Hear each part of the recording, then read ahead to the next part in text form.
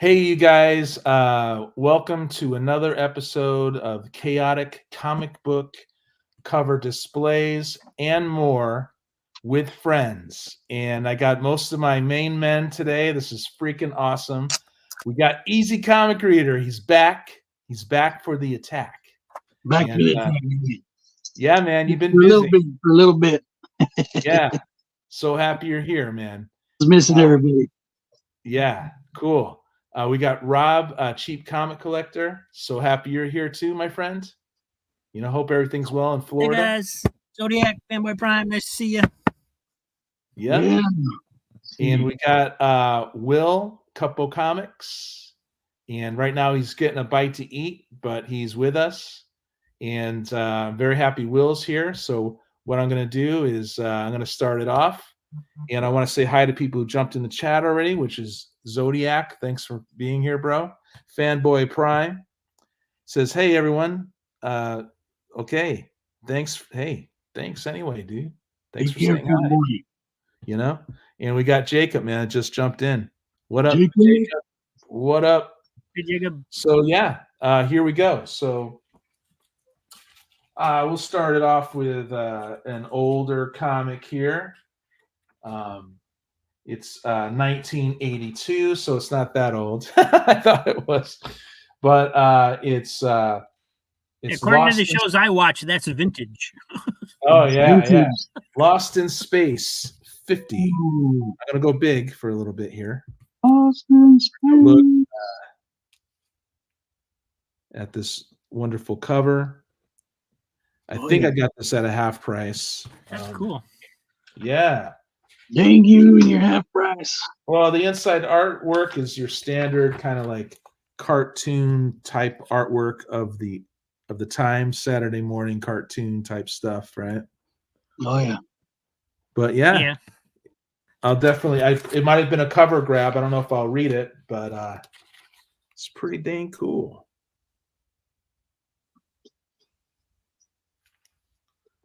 We got some exploding volcanoes and whatnots. All right.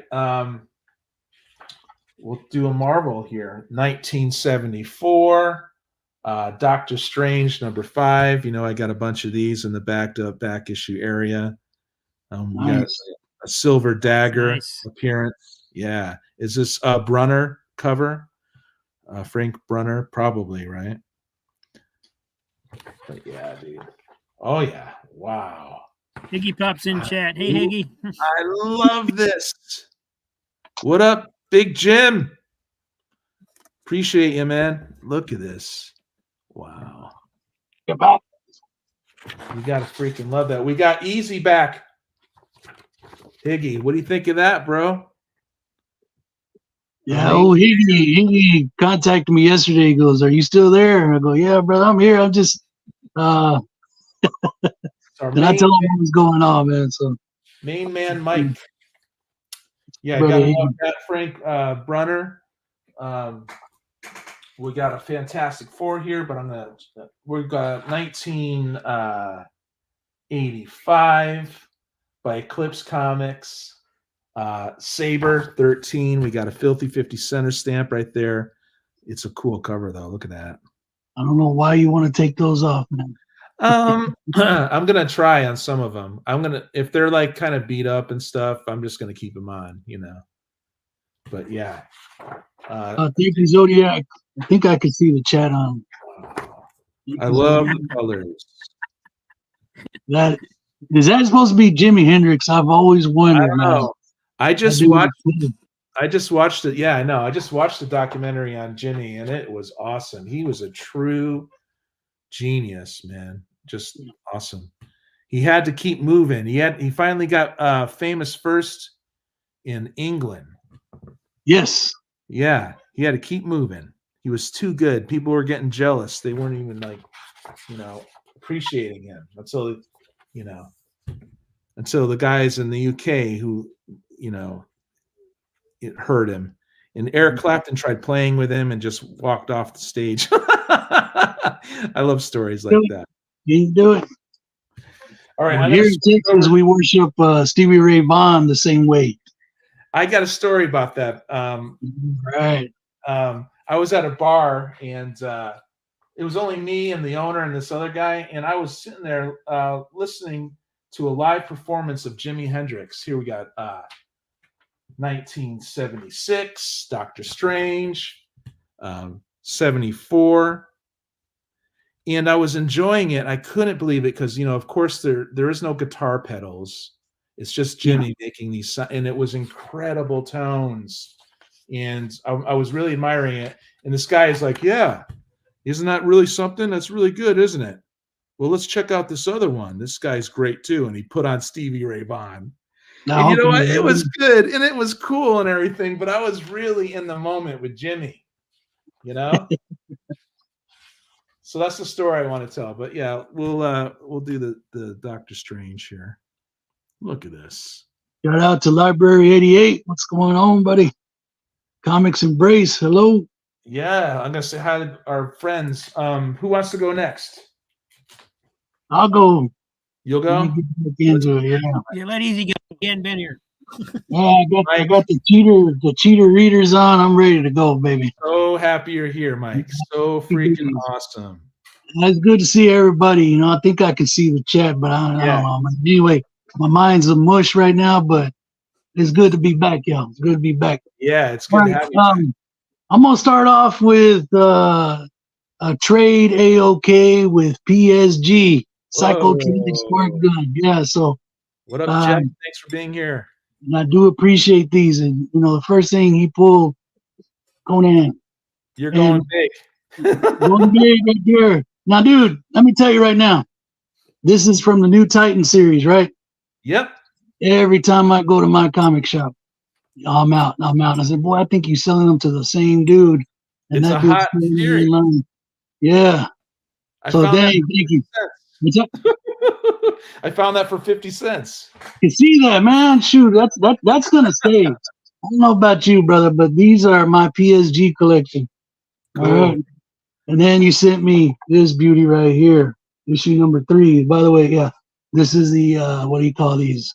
Variant or variant? No trade. Virgin variant. Virgin. Well, I just call it cool, man. That purple pops, baby.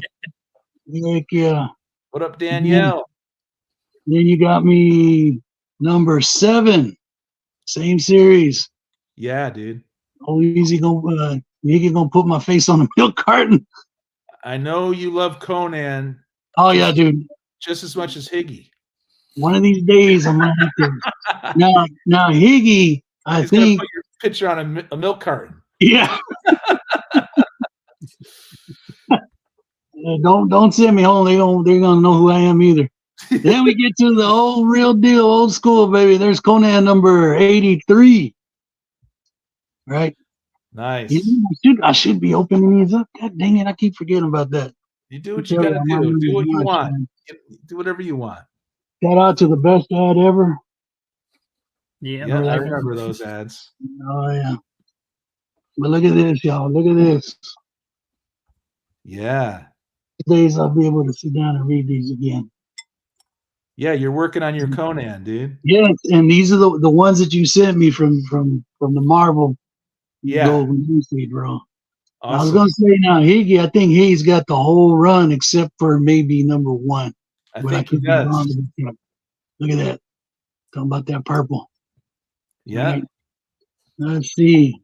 We'll just open up to the splash. Come on in. Boom. And this looks like Big John Buscema, but I could be wrong. Oh, this is Tony DeZuniga. That's who's drawing that inside. Greetings, Swagda. Thanks for being here, man. I'm gonna catch up on his videos. I'm gonna catch up on everybody's videos sooner or later. Here we go, number 89. Cool. Sword and the Serpent. Tathaman. Yeah, I found all those for $1 in a LCS. He was getting rid of them. I'm like, what?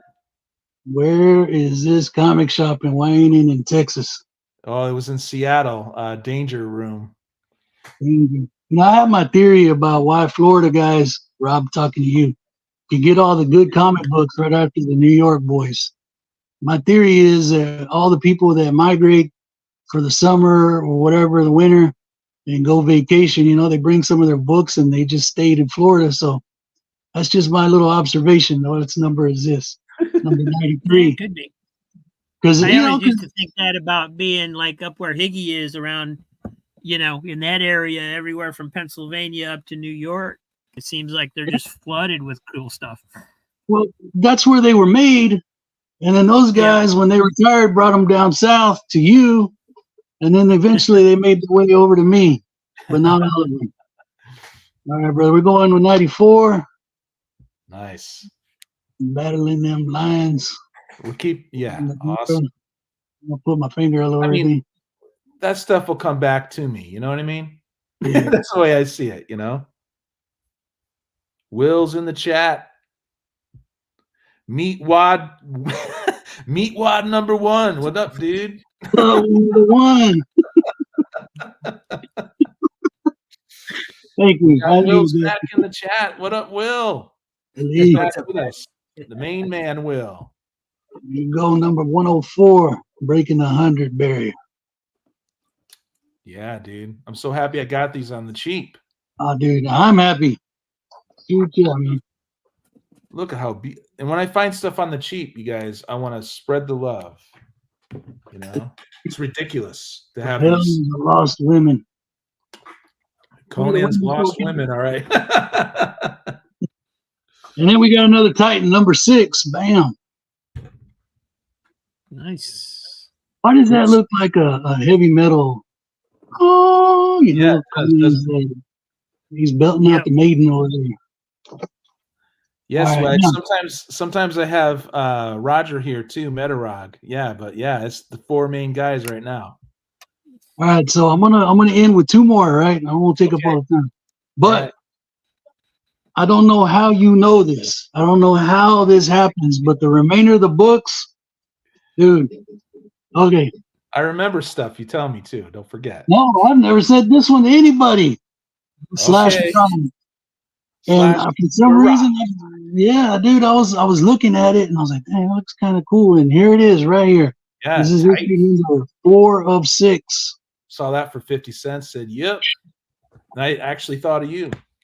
Thank you. Because this one is Paul Galassi art. Does this one, co-creators, and then it says, cool. Paul Galassi art. I dig that dude a lot. Wow. I think he did 6 Mysterious. See, I have these. I have these from, remember Larry? Yes. Larry, yeah. That's what I got. Larry's collection, and all 4 of these were in here. And you were like, "Oh yeah, Slash Murad." And I said, "Oh yeah, okay," because I remember that from Half Price Books too. Dude, you know, look at that. What kind of oldie you got on 4x4 wheels there? Those are the kind of toys we had because we had all the garage sale toys, and we put if something was incomplete, we'd put it back together somehow, some way with a different toy. We went back to number 3. Phil's Treehouse. Phil's Treehouse. Wow. All these people. But there you go, guys. Thank you for it's good to see y'all. Like I said, I'm kind of mumbling all over the place, but that's cool. Your brain is much like the way mine is, man. There you go. I'm gonna read Slash Murad. I have to read. There's so much stuff I have to read, man. Oh yeah. It's crazy. So you're gonna have more later? Yeah, I'm going through the second half of your stack. Then I got 3 boxes. So happy you're back with us, man. It's so much fun, dude. That's good to see everybody. Let's go with Rob. Hey guys. Collector. Brother Rob. All right. Aaron, I got a question for you. Do you have any of Batman Judge Dredd team ups? No. No, I do not. All right, this one's yours, buddy. Whoa. This was in an auction last week, and I was like, oh, that's got Aaron written all over it. So thank you. Thank you. Apparently there was 4 of them. This is the first one, but they're all individual series. I'll try to. Awesome. Yeah, I've heard about that. That's when DC first acquired Judge Dredd, and they had them for a while. Yeah, and it's got like all kind of painted artwork in it and stuff. So very cool. Oh looks pretty cool. Oh yeah. I'm gonna read it tonight before I send it to you. Oh yeah. Well, you got a But package. apparently there was coming. 4 of them I could figure out, but they're not. You They got a don't. package They're all coming, so- standalones. So Yeah. Okay. Cool. We're anyway, trading, I Rob. got some you old know. Supermans I wanted to show. Cool. Claim. Didn't know what to show. I didn't want to show anything that would end up in the auction because the auctions or the claim sale on Saturday because it's going to be packed with books You from me gotta not doing organize all the claim this. sale last Saturday. So Yeah. so anyway, I got these sitting around. They're working their way into my collection. So Jimmy Olsen. they're kind of in order by year. So this is 1963. Superman's pal Jimmy Olsen, 79. And Cool. Jacob, no one beats the biz. I heard that. This is from 77.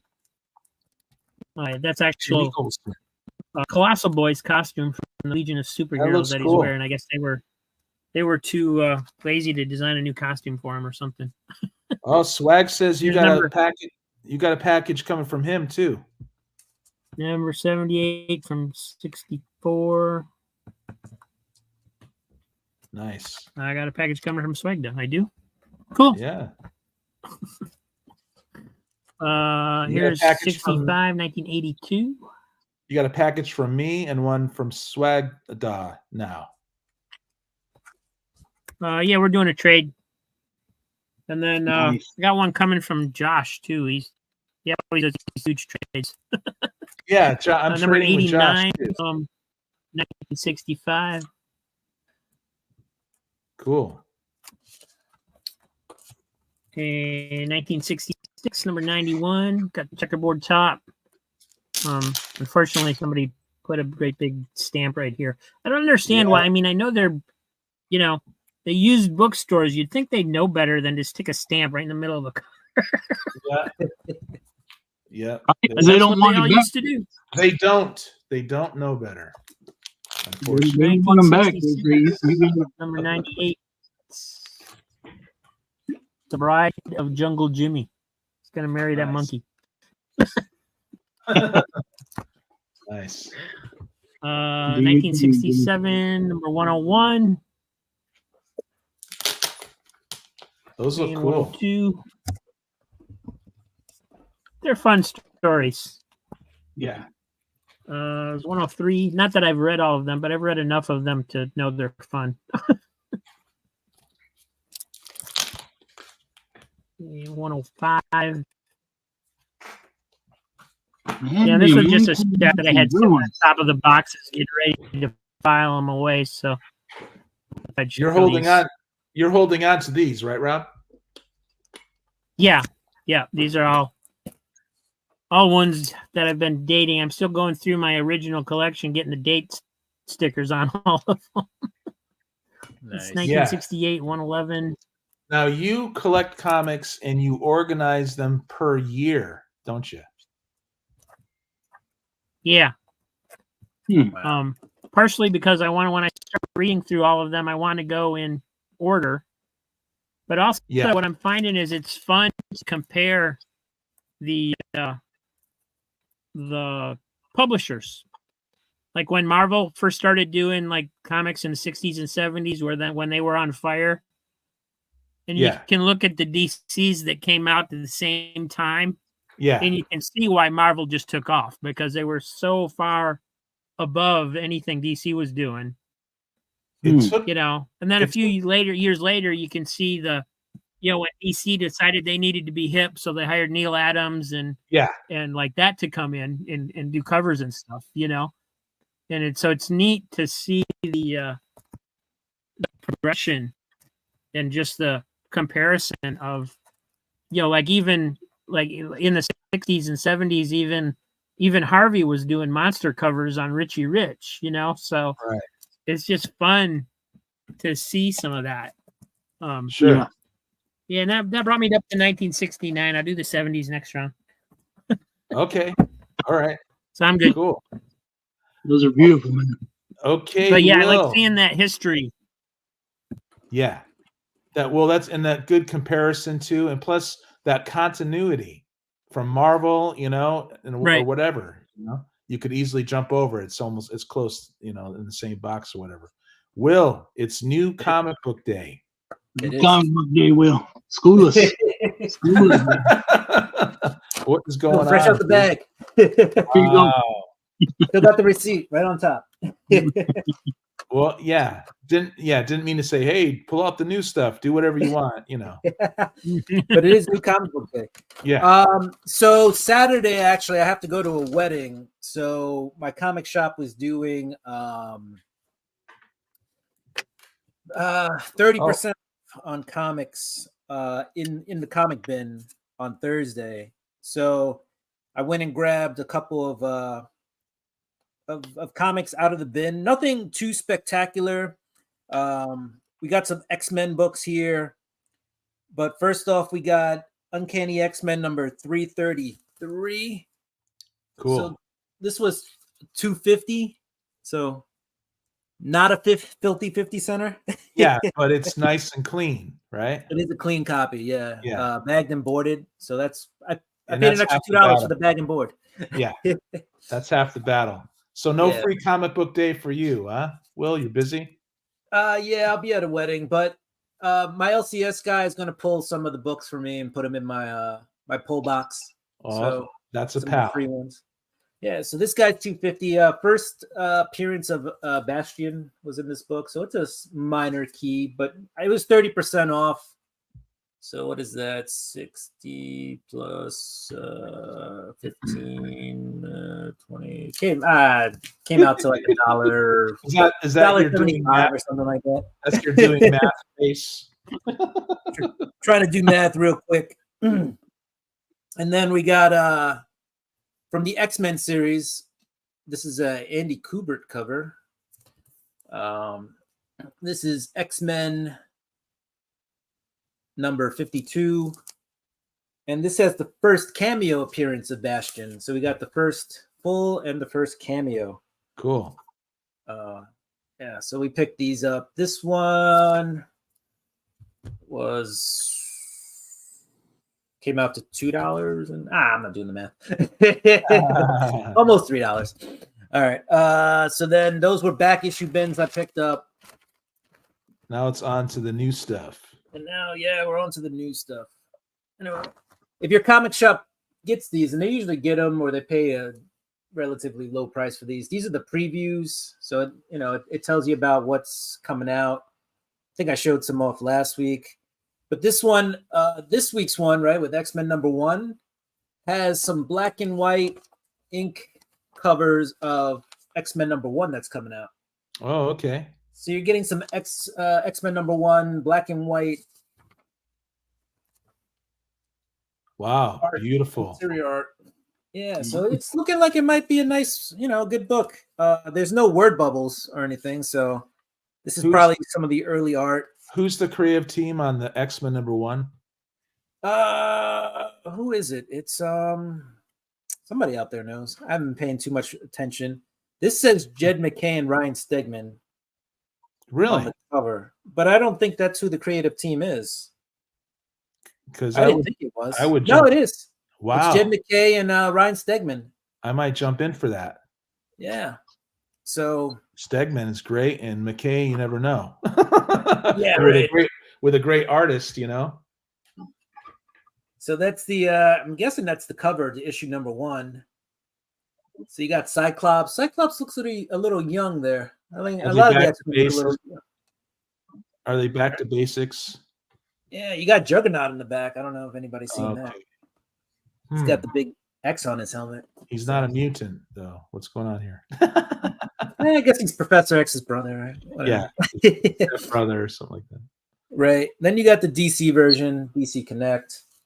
I don't think there's anything too crazy in this one. They do give you like smaller panels of some of the books. So here's a spotlight on Dark Knight of Steel All Winter. It's a little smaller, but they also give you some of the artwork in here. So, if you want to see what's coming out over the summer for DC and Marvel, these are in your shop. They'll be most there. people overlook them because free comic. Yeah, free comic. They're just trying to sell you something, but there's stuff in there that.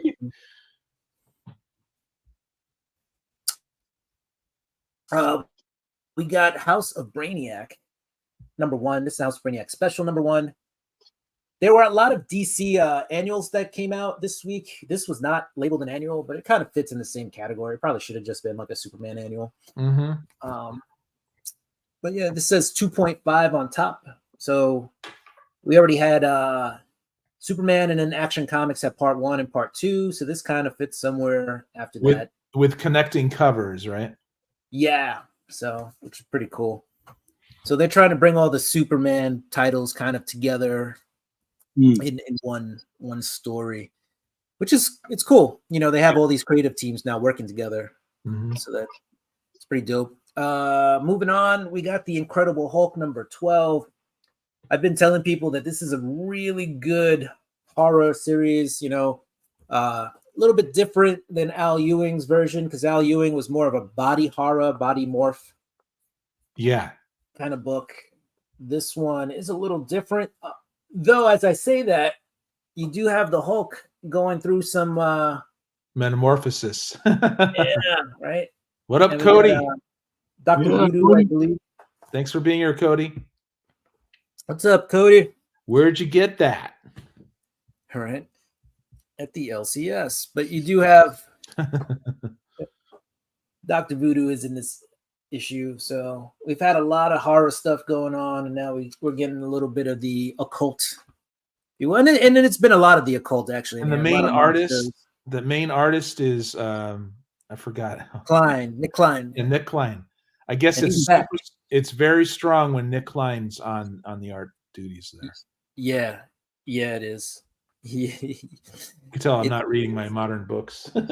Only a few titles. But there's some more. Wow, look at that. Yeah. So pretty cool. What's on the back? Best of Star Wars. It's a music thing. Yeah. All right, next up we have the Immortal Thor #10. This is an Alex Ross cover. You know, I've been saying that Thor's been pretty good. It's good. I wouldn't say it's great. If you're not a Thor fan, maybe don't jump on, or an Al Ewing fan. Yeah, I'm giving Al Ewing a long break too. I used to read his stuff. Yeah. The artist in here is not the usual artist, so the art style is a little bit different. But here's the Roxxon version of Thor. So there is a what version? Roxxon version. Look at the hammer. It says Roxxon. Oh, nice. I forget what his name is. It's Justin Hammer or something like that. I forget. Something Hammer. Yeah, Roxxon, right on the hammer. Yeah. So as you can see in the two panels, there's the one version Roxxon, and you got the regular Thor. It's like what's happening, and the Enchantress is playing a big part in all of this. So looks like we're gonna have a little battle between the two of them. So if you haven't been following Thor, there's a lot going on. Yeah, Danielle.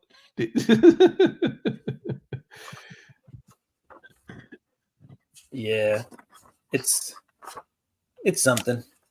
Well, it's not for everybody. It's not for me, but it's for a lot of people actually. So yeah, I've just been reading Thor since that's one of your guys. Yeah. So now Al Ewing's on there, and I liked Al Ewing when he was doing Hulk. So yeah, we're sticking through it. Also, I mean, even if the interior sucks, you're still getting Alex Ross covers. So, yeah, that's the. I like your tenacity. He's just messing with you anyway. Sorry, just MO. Yeah, just my. It is kind of dumb though. I mean, I'm not. You got this Roxxon Thor guy. It is what it is. Weapon XMen #3. I like the idea of this one. I haven't read it, but yeah, so it's been okay. They're traveling to all these different places, trying to stop Onslaught. Here's a bunch of them stabbing Onslaught. The multiversal Wolverines, right? Wolverines from all the different multiverses and stuff, right? Teaming up. Yeah, including the zombie Wolverine. Look, he's right there. He's actually the funny part of it. Like, he is the comedy relief in this book. It's pretty good. And then Yeah, so it looks like they're doing some fighting against Onslaught in this book. There is a flashback for one of the characters here. So each character kind of in each book has their own like sad origin story. Like there's no Wolverine who has like a really good, like wholesome origin story. They all have some horrible story about how they became Wolverine. So does each issue spotlight one of the Wolverines? Yeah, pretty much. That's how it works. Sometimes it's an issue and then, maybe 3/4 of an issue spotlights it, and then another character maybe gets a quarter issue. But yeah, for the most part, each issue focuses on one Wolverine, and then you kind of get the other Wolverines involved in some other way. Yeah. The last issue, actually, they basically call him Fat Wolverine. I had to deal with him. It's this guy here. And they're all like, you're getting old and you're losing your healing ability. And it wasn't that. It was that his version, the world he was in, his version of Jean Grey loses her powers. Yeah. And so that Wolverine decided that, like, if he could lessen his healing ability and stuff, he could be more like her and she would appreciate it and all that other stuff. And then it turns out that she ended up kind of resenting him because with him kind of tuning back his healing power, it meant he couldn't help the XMen. And then some of the XMen got hurt, and she was very much like, you could have helped them. Why'd you do this? And he was like, I did it for you. I did it for love. And she was like, very selfish. Like, you should have kept your powers and helped the other team. So each guy kind of has a story of how he got to where he is and who he is and what's going on with them. So in that respect, this book is interesting because you're getting a peek into all these different dimensional Wolverines, and they're all sad stories though. None of them has like a good, like, I just became Wolverine because it was the right thing to do. Yeah. Cool. We're almost done. 2 more books this week. It was a light week actually for me. We have Deadpool Wolverine World War III or WW3. I'm not quite sure. This is the Liefeld cover. So nice. I noticed I was holding the book here and I wanted to lift it up so you can see the rest, but there is no rest because there's no feet. So it kind of ends, right about there. But it was the last one on the shelf, and I was like, great, I got the Liefeld cover. Well, one of the older writers of Deadpool are doing it, right? Yeah, so this in this book, and I only briefly checked it out. The interior art is actually really I've read cool. some Deadpool. I like it sometimes. Yeah, so you got Joe Kelly, and then you got Adam Kubert. Yeah. And let's see, let's give you some interiors. So it's Kubert. So if you like Kubert art, it's pretty good. I hear this one. He it's a return to form for him or something. Yeah, it's not bad. It gives me 90s XMen vibes with some new coloring. So maybe some modern coloring with. But it's a story I'm interested to read. It's funny how Marvel releases the Wolverine Deadpool book just the week after the trailer drops. So. Yeah. But yeah, it's I think Kubert. Oh, here's the splash page. It's a good thing it's Wolverine getting stabbed, and he has his healing factor. Yeah, totally. Otherwise, that might be like a giveaway, Be like, spoiler alert, Wolverine gets stabbed and dies in this book. Yeah, and he also gets annoyed by Deadpool, right? Because Deadpool well, that's what Deadpool does, right? It just annoys everybody. All right, and then I got Blood Hunt #1, which is their big. This is their big, event book. This is the red band, so it came in this. Cool. It came in the plastic bag, but we're gonna open it anyway. Oh, do you got a copy that you didn't open, or? No, I guess it doesn't matter. It doesn't. Open it. Yeah, I hear that's the gory one. This is the gory version, right? So there's the regular version, which is just cover A, and then there's the red band version, which is this one. So we're trying to open it nicely, but the scissor is it's not very sharp. Uh-oh. So we're swapping We're gonna switch the blades. Let's go. If I can figure out how to make this thing work. Here we Here, go. Will, you can borrow mine. Nice. Mike has blades at the ready. Oh yeah. Not for the comics, only for the previews. Feel bad for these previews he was showing. I was like, All right, let's get in here. So yeah, this is like I was saying, this is the red band. So yeah, it's supposed to be more gory. I didn't actually look at any of the interiors yet because, as you can see, I'm just opening it now. I wonder if people are not opening it though. Like there will be. I mean, there's the death a ton of bags. Comics out there that are still in the bags, right? Like when the Human Torch died in Hickman's series, right. I still haven't opened the death bag. And I know the Superman started with those death bags, right? Right. Yeah. So Superman, I still have mine, the original, unopened. I mean, I got a copy later and opened it. But yeah, swag. They have extra pages in the one that Will is opening right now. There's like 2 extra or something like that. 3. Yeah, extra pages. Supposedly they said it was more gory. I don't know. Who knows? All right. yeah, you talk about that Fantastic Four. That's when I came back in and I got a little teary-eyed. Yeah. Human Torch, man. I was like, what? I need to recollect all that Jonathan Hickman Fantastic Four, reread it, Yeah. All right. Come on. It got really good, especially with the Steve Epting art later. All right. So there we go. Let's go big. Blood Hunt.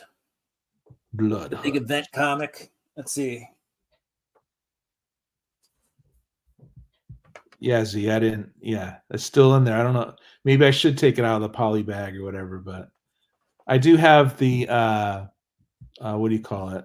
The X-Force #1 with the Deadpool card in it. Yeah, I do have that. So the Blood Hunt actually says explicit content. So this one. Yeah, not for kids. Warning, this comic book is only approved for appropriate audiences. They don't tell us what the appropriate audience is. Right. But it's got, there's the cast of characters. All right.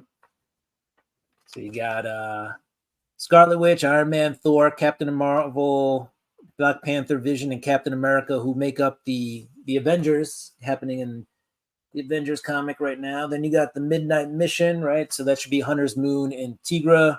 And the vampires of Marvel Universe are attacking everyone. That's what's going on, right? Exactly. Then you got Spider-Man, Blade, Doctor Strange, Clea, and Doctor Doom.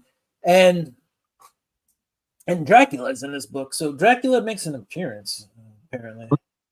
So, let me show you. Too Tasty says, my first red band book. He feels naughty. Too Tasty, thanks for being here.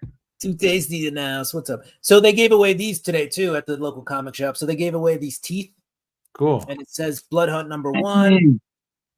So I got I was the first one to get one. I got the Jed McKay card. They have different ones. So you can get Blade. They have all the characters. They have Jed McKay. They have Pepe Larraz, who's doing the art. Yeah. They have a card. I almost just took a character one. And they also have like a cover card and all that.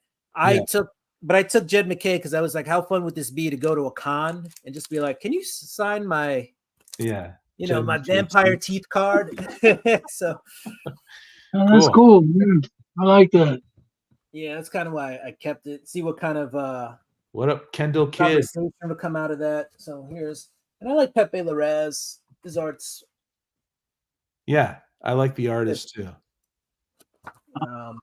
But yeah, basically you just have a bunch of vampires attacking New York City because New York can't get a break. I'll take it. Are you going to get all the tie-ins? I'm not going to get all the tie-ins, but the thing is, I'm reading Moon Knight. I am reading Moon Knight. I'm reading Moon Knight. I'm not reading the Avengers. No, I dropped out of that. Yeah, me too. Basically, Moon Knight will tie into it. Doctor Strange, I'm reading Doctor Strange. That'll tie into it. Basically, if it's a Jed McKay book, it's going to tie into this series. Sure. I'm basically reading his all first event, I think. Yeah.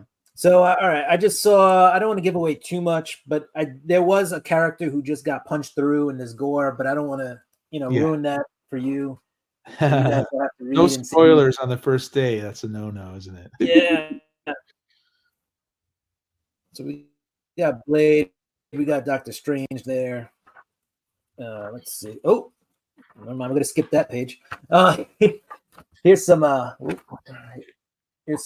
design variants. That's a checklist that my hand is carrying.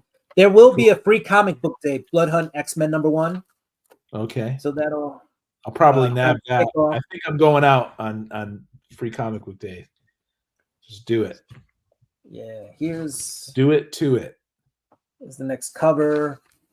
Yeah, I'm trying not to give away too many spoilers here, but here's Moon Knight and Tigra just looking at all these vampires overrunning the city. So apparently, even though this book came out today, Moon Knight, Vengeance of the Moon Knight came out today, which I didn't grab a copy because my LCS didn't get them in. Rock and Robbie says to read the Moon Knight first. Moon Knight happens first, and apparently free comic book day, that is the actual first according to the checklist. So it's the free comic book day, Blood Hunt, Moon Knight. They screwed up their timing.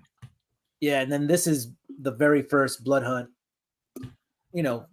main proper book. But this actually falls after the Blood Hunt, free comic book day, and Moon Knight. Cool. Which, I'm going to get my Moon Knight from another LCS. I just didn't have time to go today, but I'll pick it up. Awesome. Yeah, so here's page 1. I don't think that gives away too much. There's just some characters there. All right. Cool. So that's it. That was my new comic book day haul. Well, thank you for sharing that, man. Thanks for being here so early too. It's not easy for you to be here, man. It's cool. It's all good. It's worth it. And I got the cool bag. Let's get the cool bag in there. Yeah. Look, now I'm red band. Something to keep your teeth in. Yeah. Yeah, right. That promo stuff could be fun, It is. Yeah, we'll drop. I always keep the bags and everything that, whatever it comes with. I keep them because you never know. No, all right. I'm gonna cruise through some of what I got here. We're gonna do the 1979 Doctor Strange 36. Some more. These covers are fun back then. Oh. Yeah, they're on a plane, and there's this huge. Yeah, it's spirit. my favorite era of Doctor Strange, or those earlier books. They Roger Stern, awesome art in them. Yeah, we got Gene Colan art and Roger Stern writing it. I've never read. I'm looking forward to it because I am a big Roger Stern fan. Of course, from his famous Amazing Spider-Man run, which I always bring up. But yeah, so I got a bunch of these. They're slowly going into the collection. These Doctor Stranges. I'm eyeballing another eBay lot, but I love this Gene Colan art, man. You looking at some more Strange or what? Yeah, nice. I know you're collecting it too, man. So. If I get doubles, we'll talk, But yeah, pretty cool stuff. We'll just show this one real quick. It's 19 probably 80 something. Sometimes they don't they don't show it very well, but it's Cole #1. You guys remember this? Oh yeah. I want to rewatch this, but I don't think the wife wants to watch it with me. Here's what the art kind of looks like inside.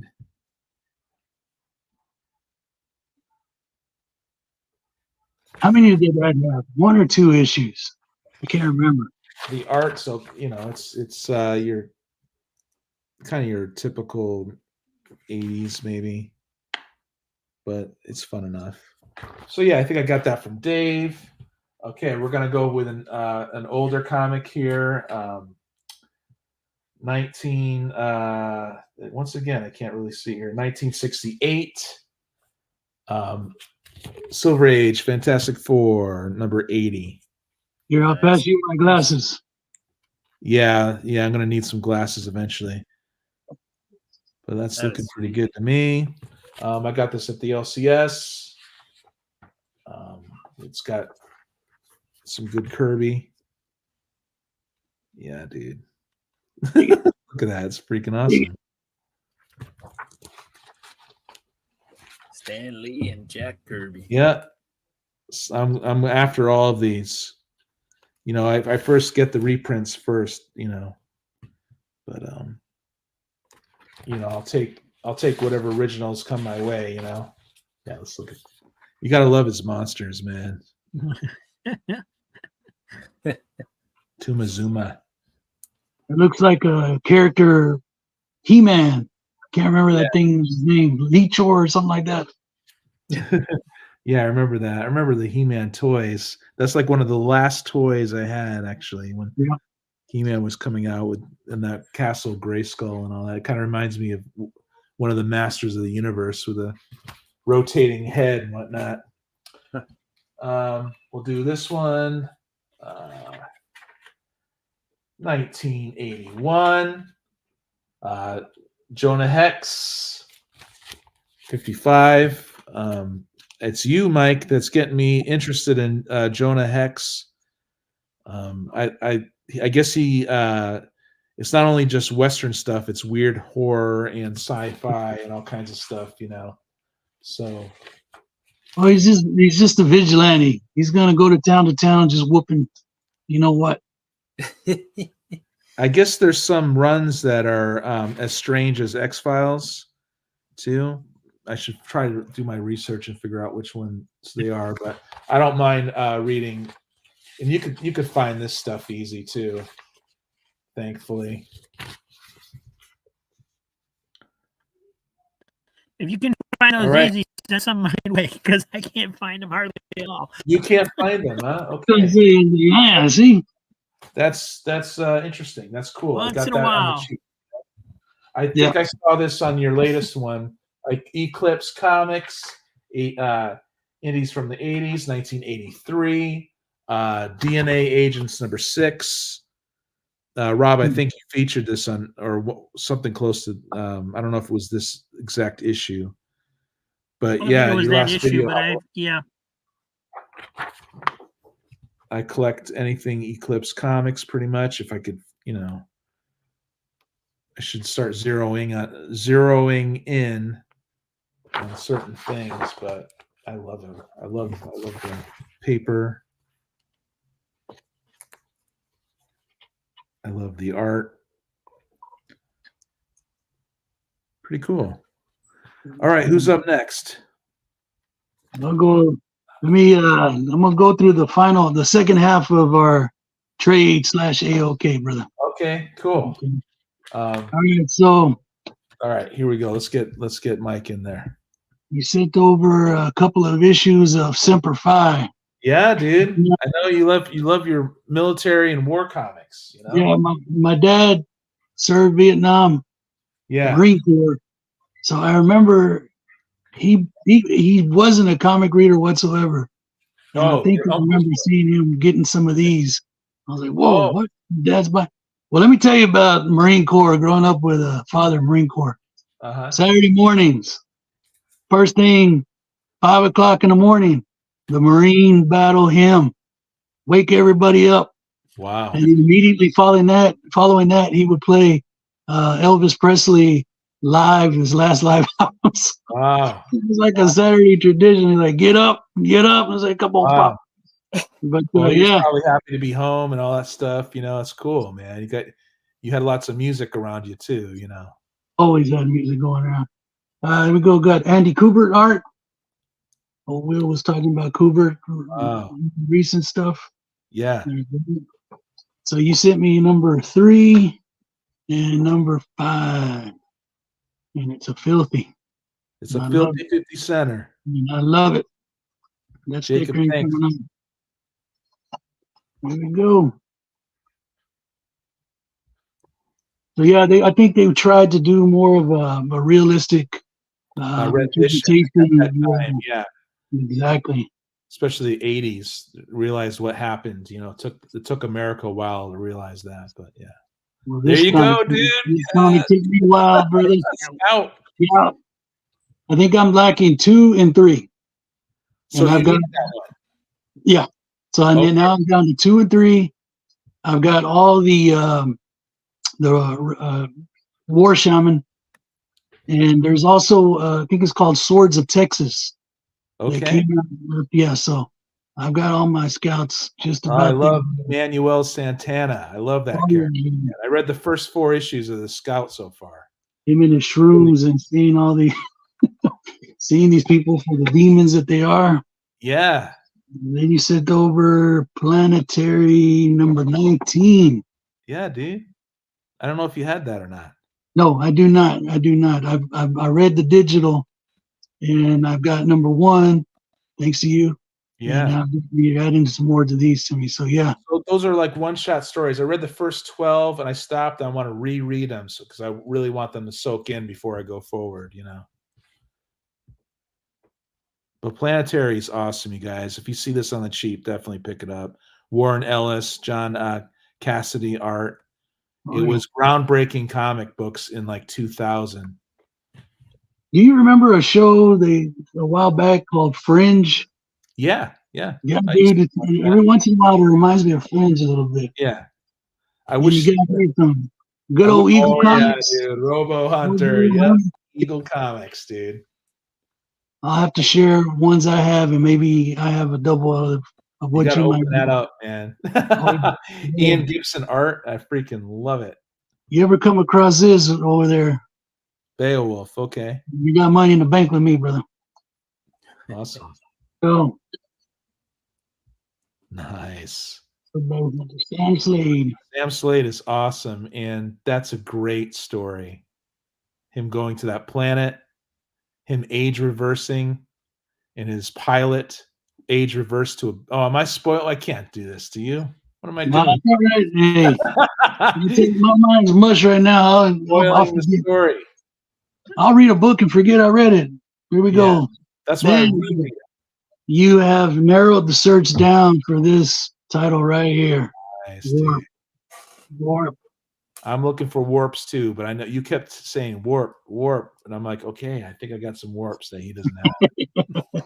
Yeah, very cool, man. I have yet to read this. Same here. I think I'm missing number 1 and 1 on the back end now. Beautiful. Yeah, let's see. Let's break it down for everybody out there. Yeah, let's help out Mike find his warp. My warp. Frank Bruner. And what does it say? Peter Gillis. Peter Gills. No, dude. I read a couple and I was like, oh, no, I got to stop right now. Yeah. And start from the beginning. Yeah. I want to do sometimes I just want to jump in and it works. Other times it doesn't work, you know. Right. So that was what here we go. The next one, number 9. Boom. 9. Yep. I got all these for 50 cents, I think. So, and they were clean. Sometimes they don't have the filthy 50 center on it. They have it on the plastic. And I always want to get whatever else they're advertising because they just all, I know, dude. You know what I'm talking about with these early first comics, dude. I love First Publishing. I love First and then Eclipse. I think I like First better. Now, Eagle, that's a tough tie. That's Eagle Comics and First Publishing. Wow.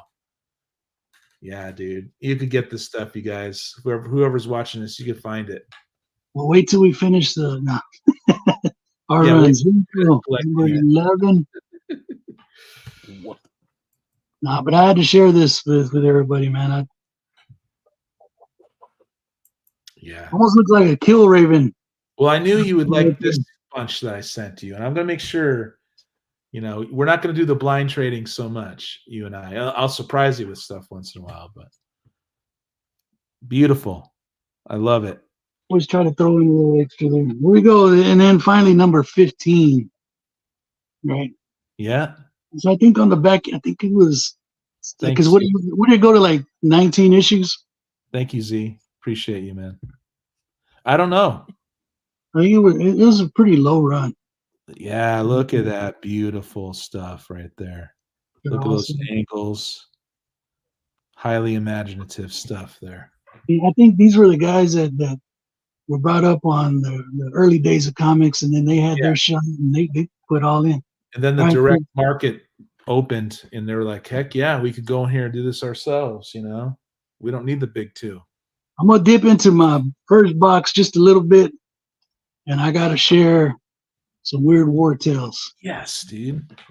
You're getting me into this too, man. This is number 6. This is the earliest issue that I have. You got an effect on me, Mike. I'm starting to love this stuff when I see it.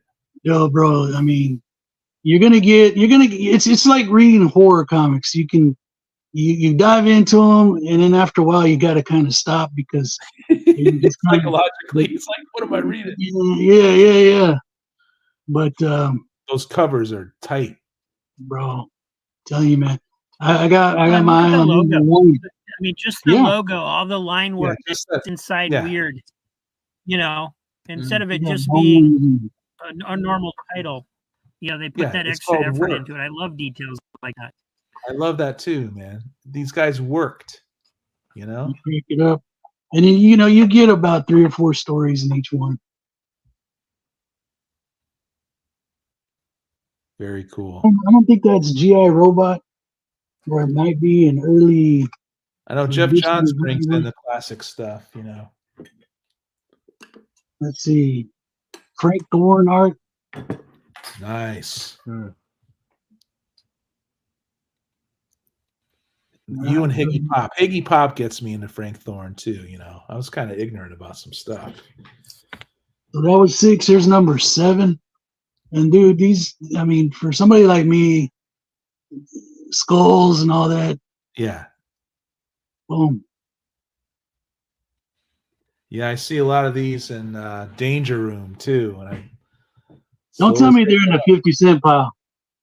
50 cent? I don't know, man. I don't know if I see those in 50 cents anymore. Let's say, man, break my heart and tell me you paid $100 for them or something. You need to go live from the 50 cent room and just pick up stuff for us. Yeah. We'll just keep sending you PayPal.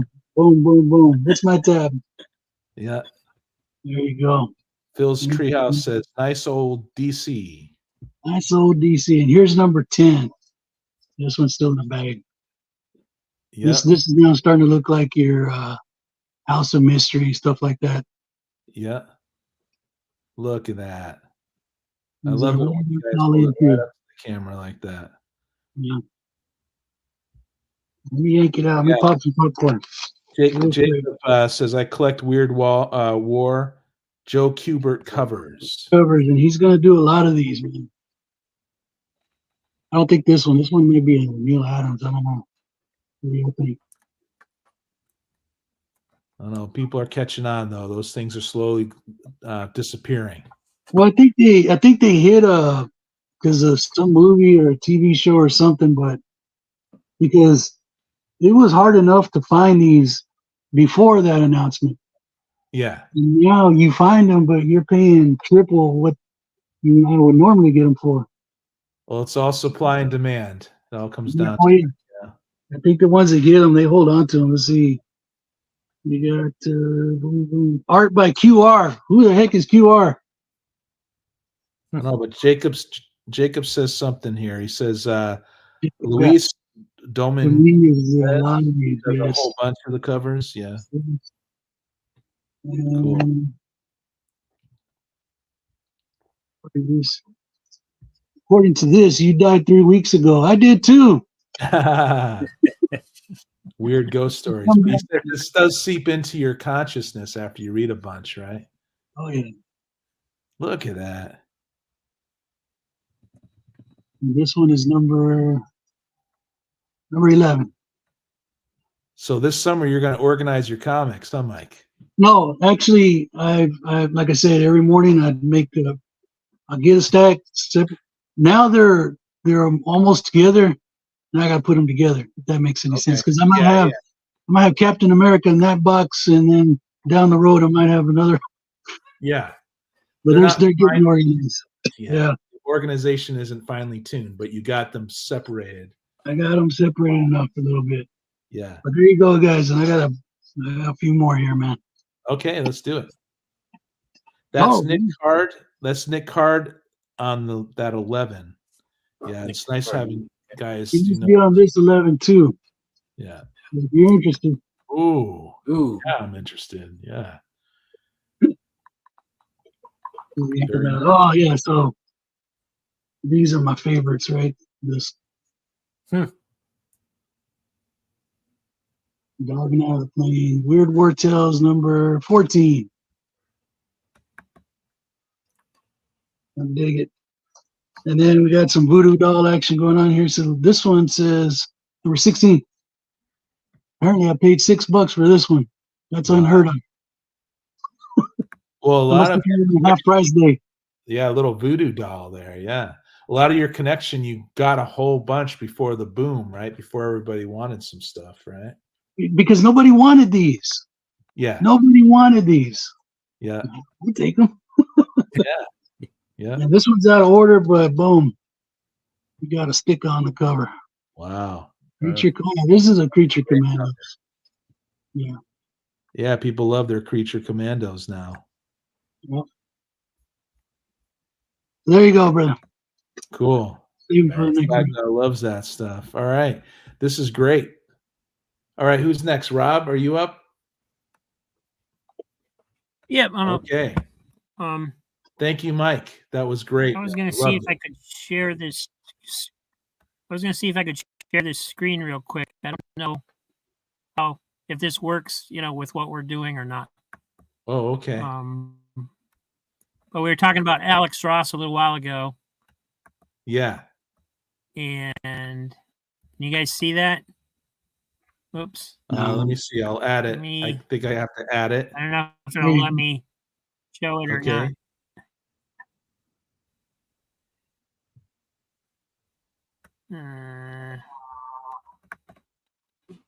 Yeah, it's got an ad in the way. Hold on. Yeah, I'll wait for it to do something. There you go. Yeah, it's not. Doesn't want to let me do it. I was going to show you the Alex Ross cover for the new Uncle Scrooge that's coming out next month. There it is. You got it. But you got it. Somebody pick up a copy for Rob. Yeah, so he's actually. Is this a free comic book day? He's actually doing one of the covers for the new Uncle Scrooge one shot that Marvel's doing. Marvel's starting to do like Disney one shots. Yeah. Yeah. So this is the one that's coming out next month, and then the month after that is like what if Donald Duck was Wolverine, which looks really stupid, but everyone's but I thought it was interesting that Alex Ross did one of them. It was a little bit different. Yeah. I thought this was a free comic book day. I was like, man, I would get you one, but so anyway, I thought that was cool. Be busy. That is cool, man. Yeah, totally. That's pretty. Yeah. All right, and then to continue on, I've got my stack that's working its way into my boxes. This is from 1970. It's Strange Adventures number 226. Nice. And unfortunately, this particular copy is incomplete. It's missing a back cover or something.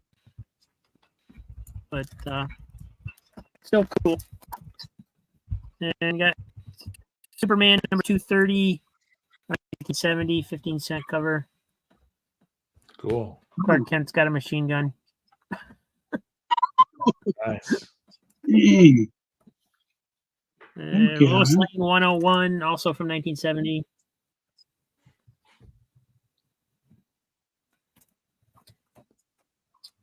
Jimmy Olsen 129. Wow, that looks tight. You got some ghosts in there.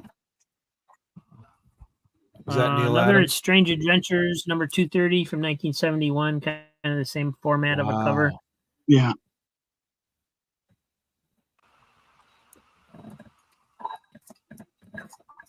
We got a Marvel. I didn't think I had any Marvel in here. Submariner from number 44, 1971.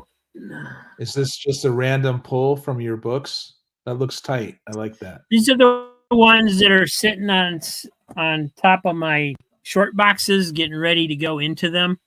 Into the PC? What I do is I go through them. They're in alphabet. I have a bunch that are in alphabetical order.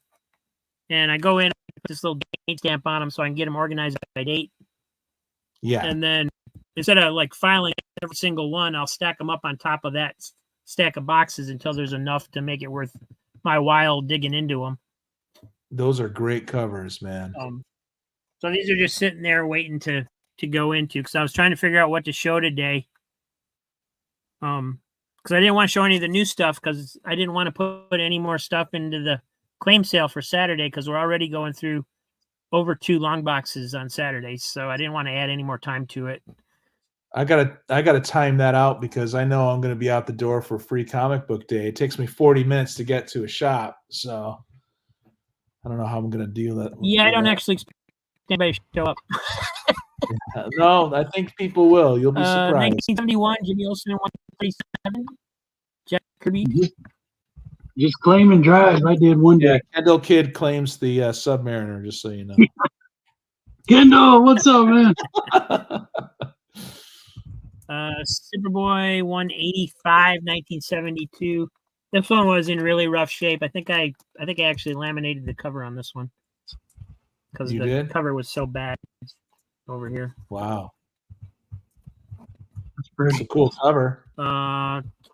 Man, 249, 1972. I think this is the first appearance of Terra Man. Because it says it's introducing his latest and greatest foe, so I think that's his first appearance. Awesome. Everybody's going, who the heck is Terra Man? Well, you gotta love. Yeah. Superman 253 from 1972. That one's pretty cool too. Although he's looking a little like Superboy instead of Superman there. Yeah. Free Comic Jimmy Book Day is Olsen, Daniel's birthday is on Free Comic Book Day. Happy birthday, Daniel. Yeah. Comics Embraced. He's going to get a show going too. Nice. That's a great cover too. You got to love these covers. Teen Titans 38 from 1972. One of the few issues of Teen Titans I've been able to snag so far. So that's beautiful. Swagda says he'll be there Saturday, Rob. Nice. Oh, I know he's going to be there. He's been talking about it for 2 weeks. Strange Adventures. Get them all, man. It's addictive, man. You got some good books. Got books that I didn't even know I wanted. Savage Submariner, number 66, 1973. Nice. That's awesome. Yeah, dude. But see, that's what I'm talking about. Like the comparison between, like a DC book and a Marvel book at that time. Yeah. It's just like Marvel's just so far above anything DC was doing. Although this is when, about this time DC started to bring in, Neil Adams and Jack Kirby and people to try and turn things around for him. Yeah. Lois Lane, 125. Just a couple more. It's cool. What time is your claim sale? 12:30? 12:30-ish, whenever Comics Memories gets done. Yeah. Sometimes they go an extra half hour, so it varies. Another Jimmy Olsen, 159 from 1973. Nice. That was good comparing Marvel to DC and what they're doing at the time, 161. Yeah, it was like as I started putting them in order, I'm like, oh, this is cool because I can actually compare what the different companies are doing when I have all the same year together. Yeah. Superboy and Legion of Superheroes, number 203. And last one's Superman Family from 1974, 168. That's cool. I like those. So A lot of cool stories. It crushed me when Supergirl died in Crisis in Infinite Earths. That was really cool. The whole Marv Wolfman and story was really awesome. Well, thanks for sharing those covers, Rob. Man, that was freaking awesome, dude. Loved it. Oh, yeah. thanks. You up, Will? Yeah, I'm up. Okay. All right. Couple comments. Yeah, dude. I'm just gonna randomly pull some 50 centers because I feel like everybody's showing 50 centers, so I gotta Okay. pull some from the 50-cent stash. Yeah. All right, so here we go. We got Secret Files and Origins Wonder Woman #2. Nice. That was a 50 center. Oh, that's cool, man. And some of these books have like first appearances and other secret stuff. I don't know. Here's Secret Files and Origins Wonder Woman #3. Was this like early 2000s? That's This, I pretty cool. believe. Yeah.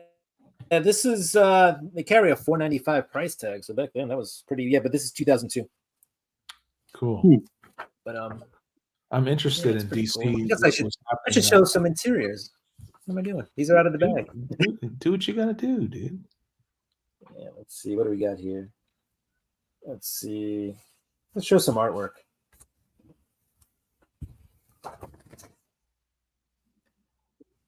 Cool. Yeah. I don't know what this is, but it said Cherry Coke on it. It's a video. Nice. Time Tremors. All right, let's see. What else we got? There's some more art. This is cool, Will. Coming straight from work to your LCS, straight to this, man. You know, I appreciate it. Wow, look at that. That is really cool. Yeah, I mean, I can't complain. I have a good life. Yeah, well, good for you. Right? Go to work and then do comics after. Yeah. I feel the same way, so it's all good. Let's see. And then here's some of that Secret File stuff. So Wonder Woman, and then it has name, and I'm not sure if you guys can see that. Marital status single. She's 5'11", 135 pounds. Here's some Gods of Olympus. So they did some interesting stuff. All right. Cool. And then this was issue 3 here. So they go into like the weapons and equipment, Magic Lasso, right? The Invisible Jet. It's the encyclopedia of the DCU, pretty much. All right. Supporting characters, we got Steve Trevor. All right. Here we go. Gods of Olympus, and they go more into them. There's Ares, it's Mount Olympus. Cool. So pretty cool. So these are all 50 centers. Then we found the Flash. This is issue #3, again from 2001. Secret Files and Origins. Oh yeah, those are cool. Yeah, let's see. There's some work out of there. So I want to see who the artist was on this. I'll find it. All interior color by Tom McCraw, cover and interior separation. So there's a lot of different people. So Jeff Johns worked on this as a writer. Pencils. Jeff Johns has done a lot for DC. I'll tell you that. And then, yeah, nobody I really recognize. But yeah. But here we go. There's some more interiors. So it's got the Rogues there. You can see Gorilla Grodd and some of the other guys. Let's see. Let's see if we can find some more. Yeah, here we go. So they break it down even more. So you got Chire and Barillo. What else we got? Then they get into the Rogues again. There's some more of the Rogues gallery. There's Cicada. Let's see. Talk about Iron Heights Penitentiary.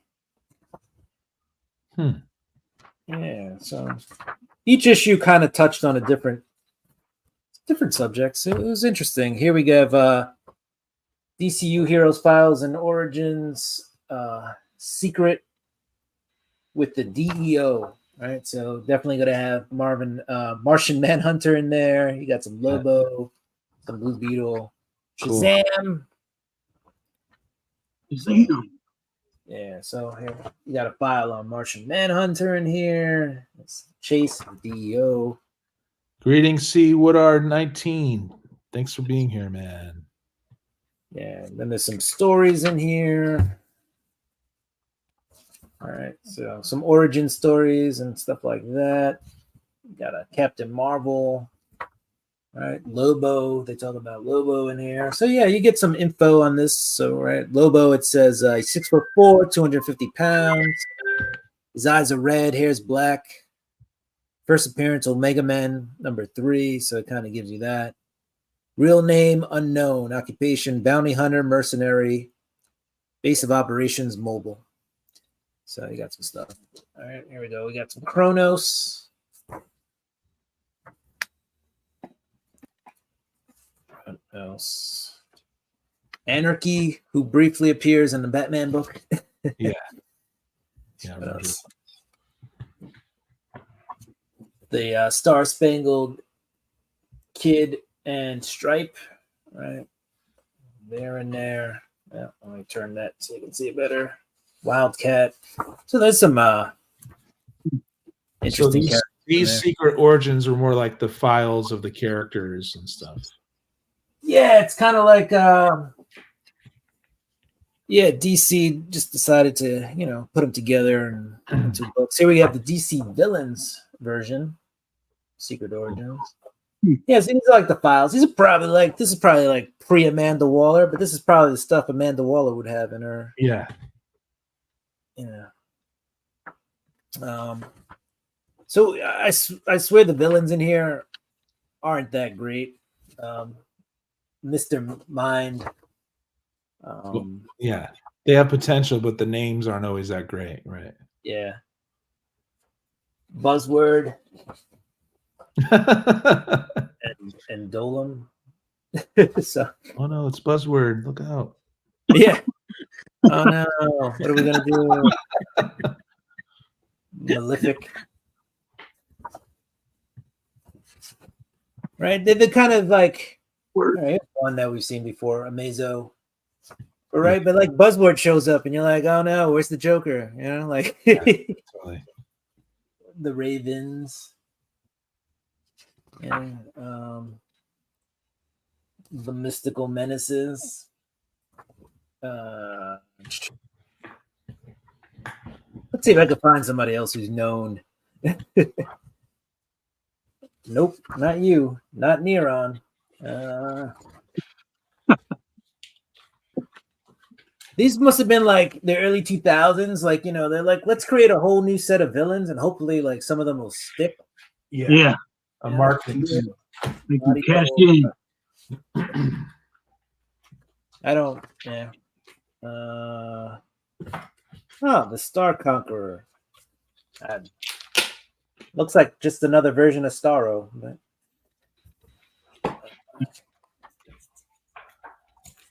All right, well.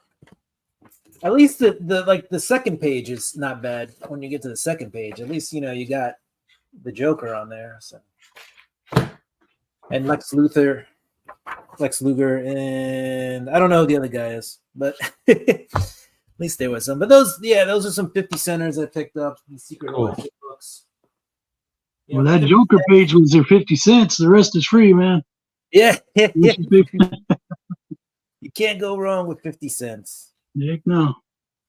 All right. I do have a few indie books. These are modern indie books, so I think I'll just pull them out anyway, and then we can go on.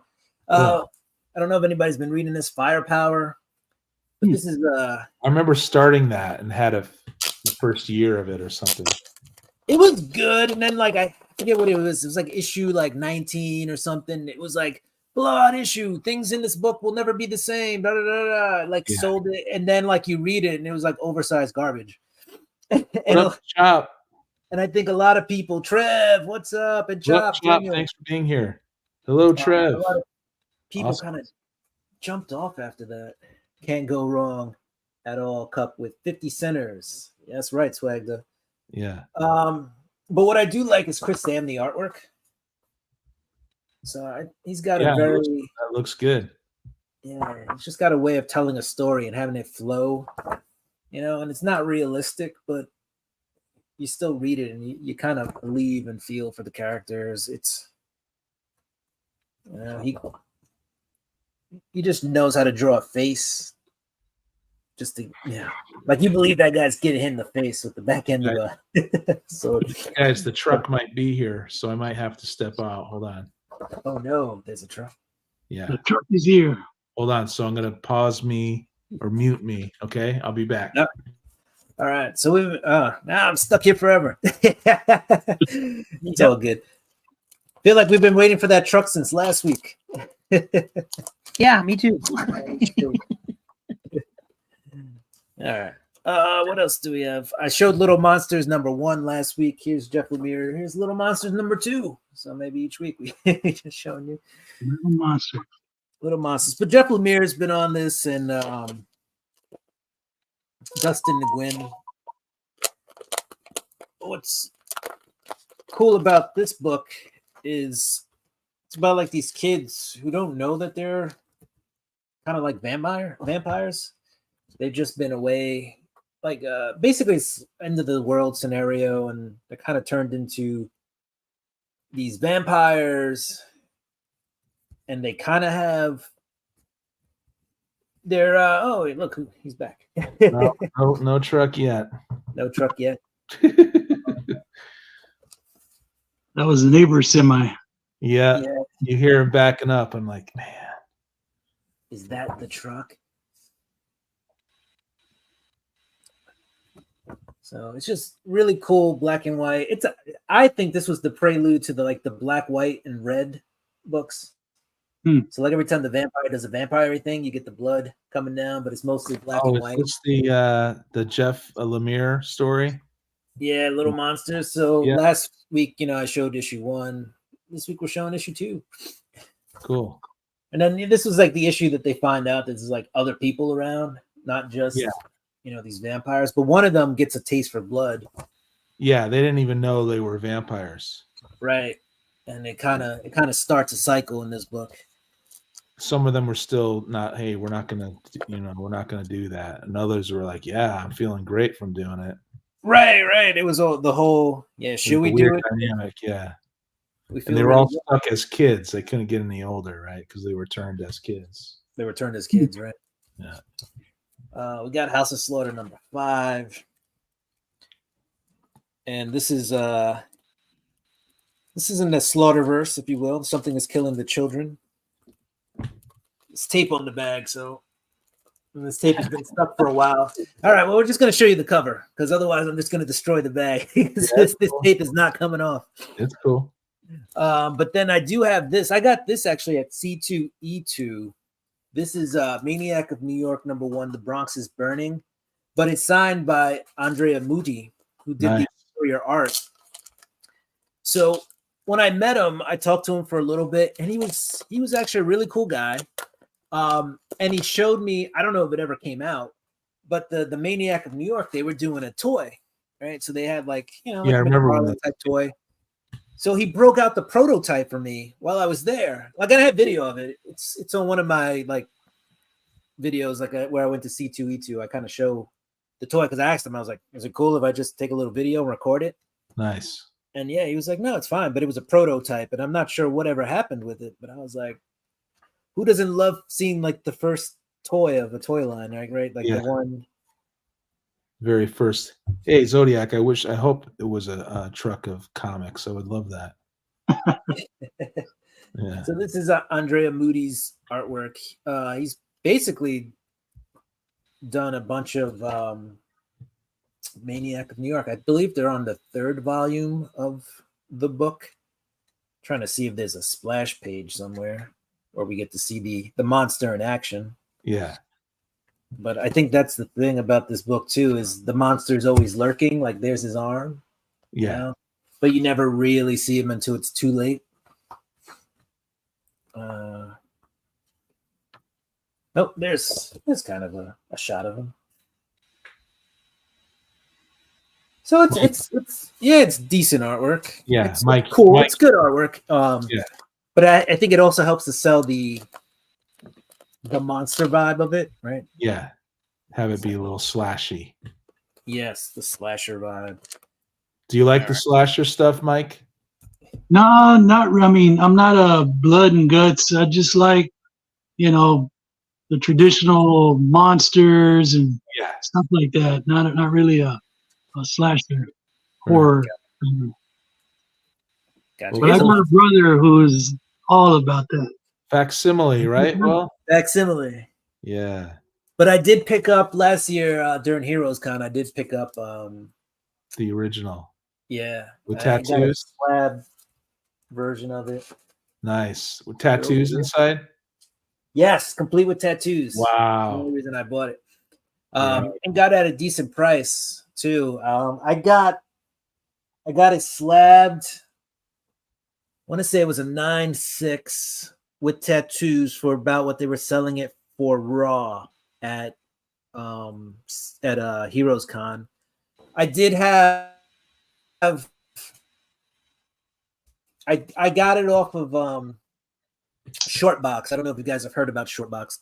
But they started off just selling slab comics, and I had met the guy there. I got a coupon for like $20 off or something, which covered shipping plus like $5 off or whatever.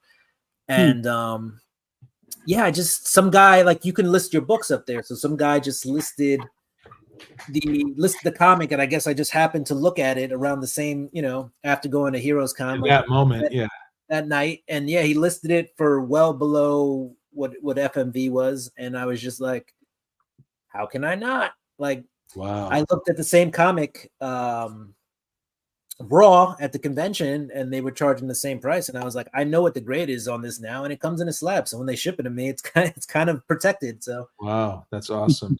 Yeah, I jumped on that, and then I also went back to Heroes Con and ran into a really good deal on a ASM 50. So I picked up a 238. Yeah, I remember you. Yeah, I remember that. I remember the within 50. a few days. Yeah, and the 50 was cool because it was just somebody who needed cash for another book, and I was like, at the book, I was at a booth just looking at ASM 50. I was like, oh, this is awesome. I was like, ASM 50. I was like, I wonder how much it is. And the guy turns to me and he's like, you want an ASM 50? And I was like, yeah. And he's like, I have one. And I was like, oh, cool. And he's like, I want to sell it now because I need cash. I need cash right now for another Wheeling book. and dealing in front of the dealers' booths. Right in front of them, yeah. And so I bought the book off of him for cash, and then he turned that cash into another book. So it was pretty cool. Cool. Everybody was happy. Yeah, everybody was happy. And here is a after this one, we can go to somebody else, but this is Venom. Right, I'm showing modern books, so why not show some modern art? This is a local comic shop day book, right? Not free comic book day, but there's also local comic shop day, which also aims to promote local comic shops. Now the books generally aren't free on local comic shop day, but we get variant covers. So this is a John Boyd Myers cover of Venom.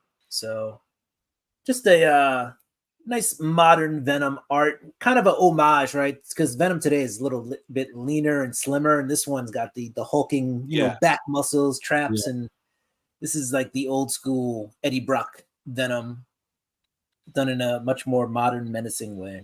Yeah. Well, thanks, Swag. Thanks for doing that, man. He's showing love everywhere. All right, you guys. Cool. Well, Will, I do like the a lot of the Venom art, the Ray Stegman.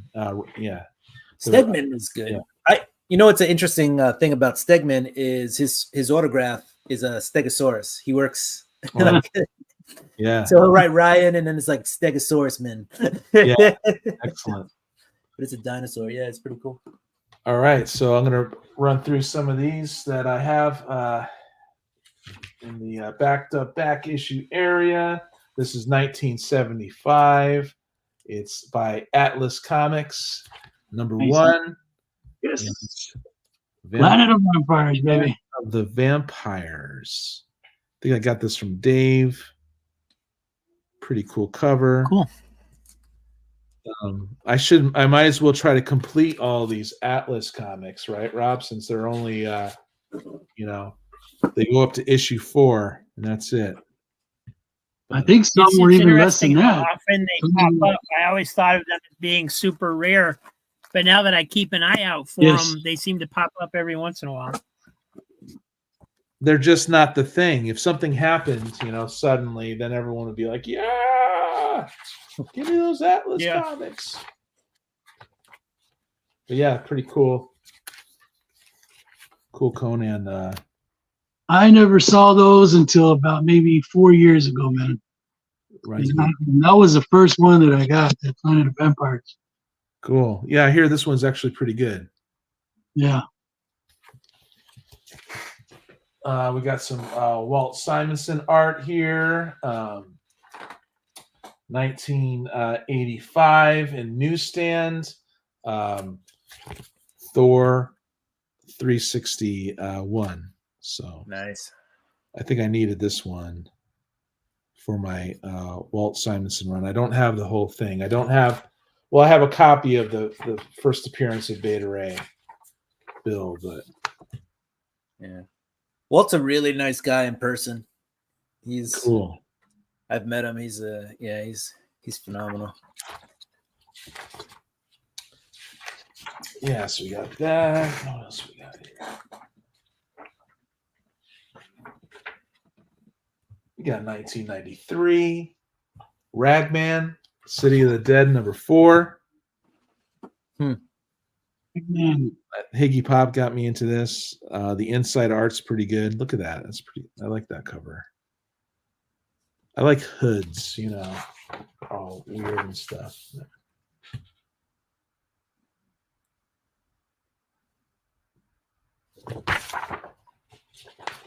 Yeah, this I'm very happy with this. So I got this for $1.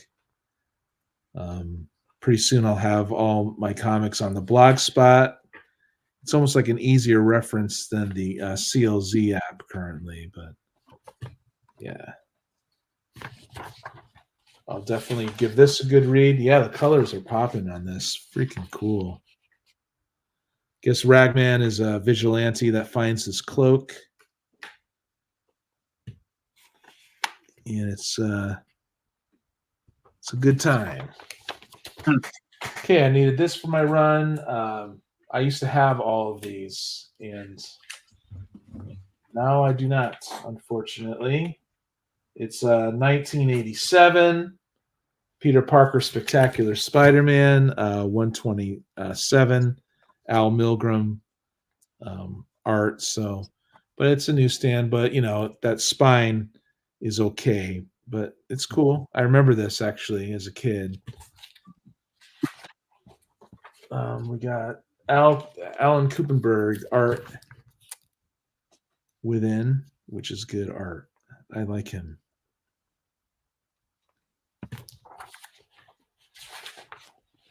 Very cool stuff. It's an early black suit. I mean, I don't know if I think this is the Venom suit. Don't quote me on that. It might not be, because I know he was running around with a black suit that wasn't the Venom suit for a long time. But yeah, pretty good art there.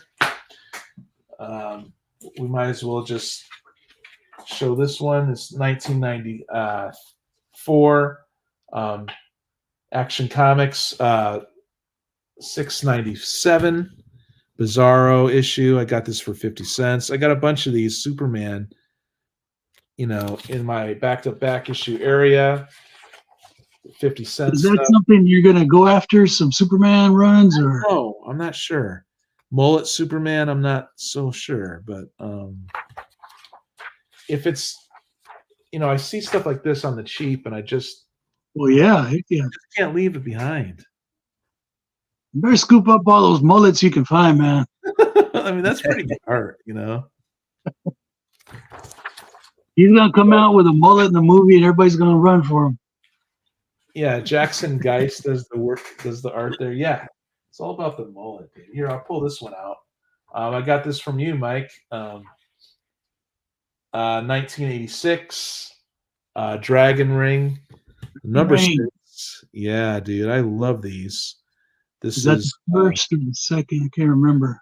This is I think this is the first volume. Look at that. I read the first couple so far, and it's Cole Drake as this martial artist who receives a dragon ring from someone who's dying from pierced arrows in his back, right? And he puts the ring on, but he can't get it off. And there's where I'm at now. There's all this intrigue about the dragon ring. And almost like a Green Lantern. I'm so happy that you got this for me, man. I was so surprised, and they're nice and clean because the ones I had, had the filthy 50 center stamps on it. I've got one waiting for you, a few. Oh, and I'm going to dedicate it to Master Sifu. Okay, all right. That's all I'll say. Daisy Ashcroft. Okay. Yes, sir. I was like, I got to get him this one. Ghost Rider 15 with Blaze. It's a cool pink cover. Yes. Road to Vengeance. I don't know. I think I was out of comics when this came out. I like Danny Ketch. I just collect Ghost Rider when I see it. I like it. I like the supernatural element to it. Look at that. Beautiful. So yeah, I collect Johnny too. There's that. Let me see here. Well, can't be a Psychotronic squirt gun haul without a little Marvel Tales, right, dude? Come on, you guys. 149. This is Doc Ock just kicking Peter's behind. This might be the early work of when he first meets him. I don't know, but it is Steve Ditko. Because when Spidey first met Doc Ock, he lost pretty badly. And Doc Ock was actually smacking him around and stuff. It was pretty funny.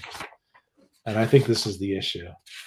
Here's the bubble yum I was indoctrinated with. I loved grape bubble yum. Definitely some good stuff. So I'm really happy with these Marvel Tales. Super clean. You're getting Steve Ditko. The earlier stuff even has other Marvel characters with Jack Kirby art in it. And why not collect them all, right? Here's one for you, Will. 1984. The New Defenders, 139. Nice. Newsstand. So cool. And it's nice and clean. I am slowly reading this Defenders run. I'm not to the New Defenders part yet. And but yeah. I remember this as a kid, not this issue in particular, but I remember really enjoying this. That is awesome. Yeah, dude. Freaking sweet. Yeah, man, I'm really.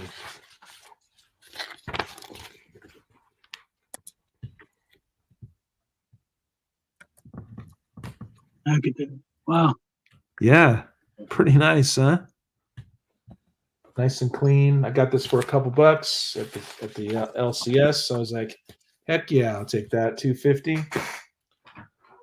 Here's one for Mike. Maybe even Rob. It's 1985. Conan the Barbarian, 176. I don't know if it's anything special, but I got it, in a haul. So yeah. That is a Conan. It is special.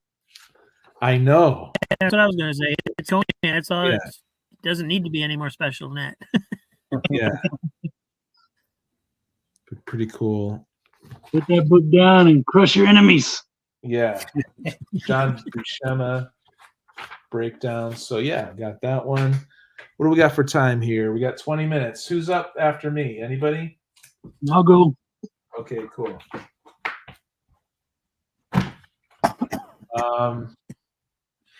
I do grab these Continuity Comics, 1985, The Zero Patrol, #2. I'm a sucker for this Continuity Comics, and I always say just the 80s, but I like the 90s, like that cardboard covers they have. That's, slightly raised and stuff. So I collect Continuity Comics. They always have a pretty decent advertisement on the inside cover of these things too.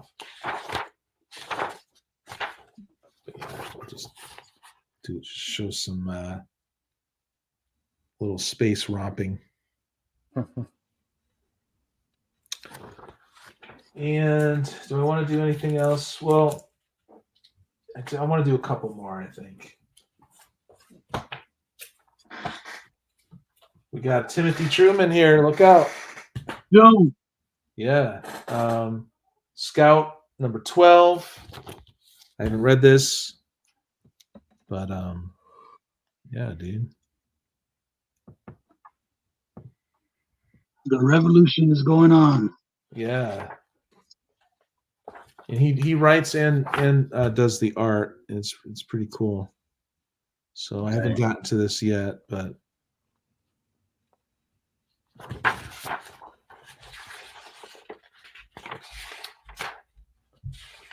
yeah. What's up? Oh, good. You're done? Yeah. Or, Percy's here. I don't know what tank to put it in. It's all Oh, A tank. I'm streaming right now. Oh, sorry.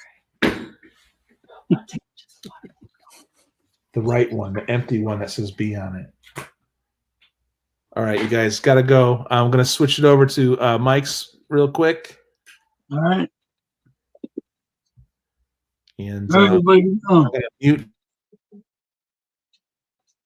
Here we go. We're going to have some weird war tales. All right. Let's go do a Luis Dominguez run.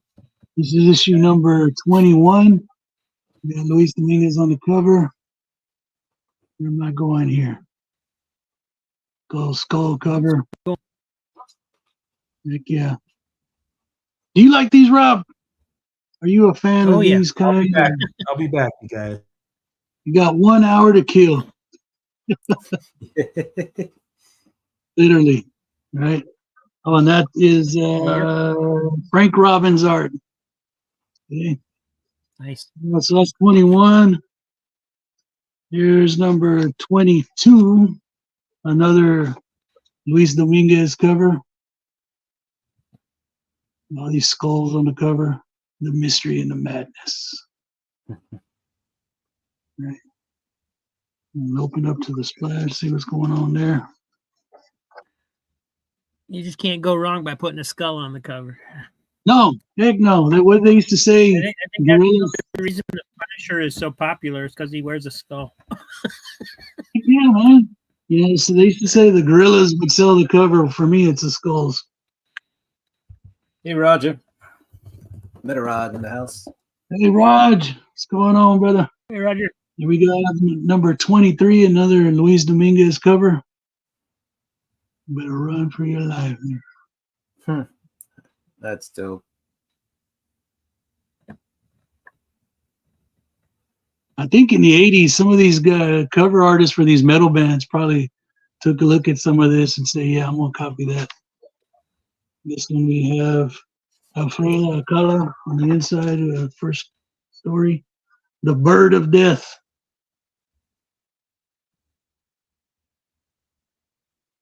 All right. Okay, so let's switch it up a little bit. No, here we go. We're going to do number 24, Weird War Tales, The River Styx. That's probably one of my favorite covers right there. That's cool, yeah. Don't turn around, buddy. All right.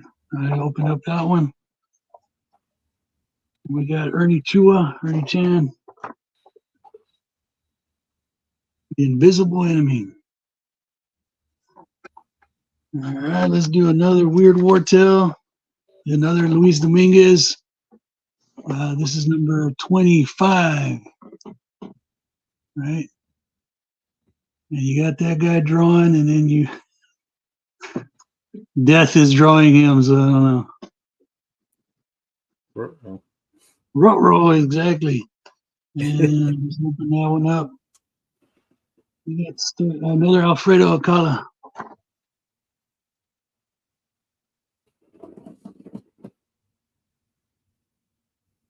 All right. We also did a lot of horror books, things like that. All right, we're going to switch it up a little bit. Let's go up to the 70s, the late 70s, with some Shogun Warriors. Number one. Right. Number one, yeah. I mean, you know, growing up, we didn't have a lot, but I think one garage sale, we found one of these. And of course, something's always missing on the garage sale ones, but that was like a treasure and a half, man, to find a Shogun Warrior. We always wanted the Godzilla, but never could find that one. But we got one of these. There you go. Almost calling the Jack Kirby there. That's Herb Trimpe. All right. Let's see. Let's open up real quick. That wasn't much there. Okay, let's see. You got number. You know, I got two. I'll just show them out of order. Here's number 3. Almost looks like a GoBot. If y'all remember GoBots. All right. And on the back, shout out to Metarog, always double bag your, or put 2 comics in one bag. Go there. Let's see. There was one I saw here a while ago. There's number 3. Here's a number 5.